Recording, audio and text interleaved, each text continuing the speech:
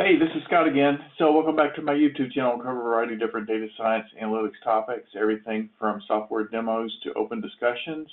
And so this is part of a new playlist that I'm putting together on a book that was released last month. Just to give you a quick set on this book, it's about the foundations of the entire landscape. So it includes everything from BI, data science, big data, statistics, and a whole lot more.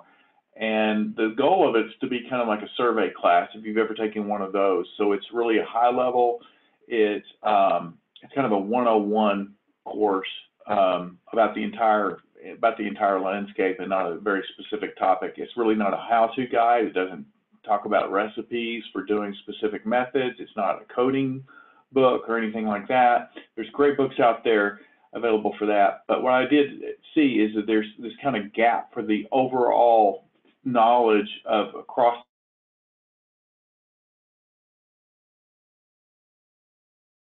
intelligence, which has been around since the 1950s. It's been kind of reinvented. It's re in vogue. And I'm going to talk about that and a whole lot more in these sections. I want to break these sessions down into 5 to 10 minutes apiece. And so you can pick which sessions that you want. And in this session, we're going to talk about, is data the new oil? So I've heard that. And in fact, there was a LinkedIn post last year, if data is the new oil, why aren't we all rich? Which was a good point.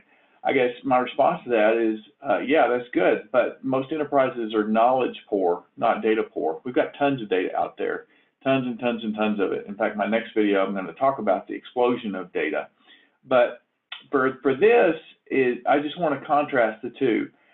Interesting thing that was brought out by Mar in Forbes was that, oil is finite and data seems to be limitless, right? We generate more and more and more data every day in the exabyte range in over the years. So it's huge.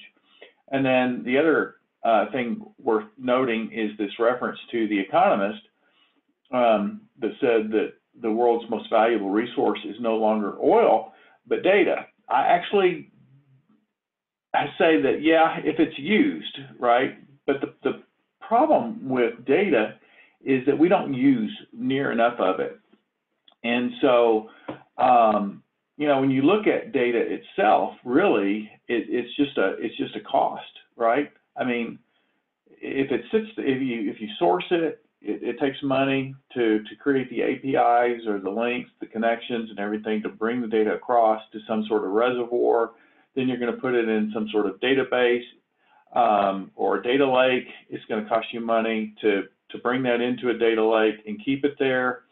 When you ask people if you've ever done data warehousing or building out of a data lake, you ask people what they want in there, they say everything. Give me everything, then we'll figure it out later. And these things become data swamps, and they cost more and more money as you're backing them up and keeping them up. And then one of the biggest costs is actually security. So 2019, the Pullman Institute says that the average data breach will run around $4 million per breach. The estimate for the world is $2.1 trillion in 2020. That's huge. So huge expense.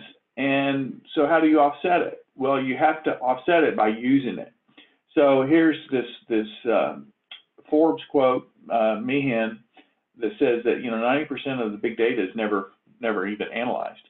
And I've heard that term be used, dark data. It's dark data if it's never even analyzed. And there's a ton of it, and we'll talk a little bit about that in future sessions.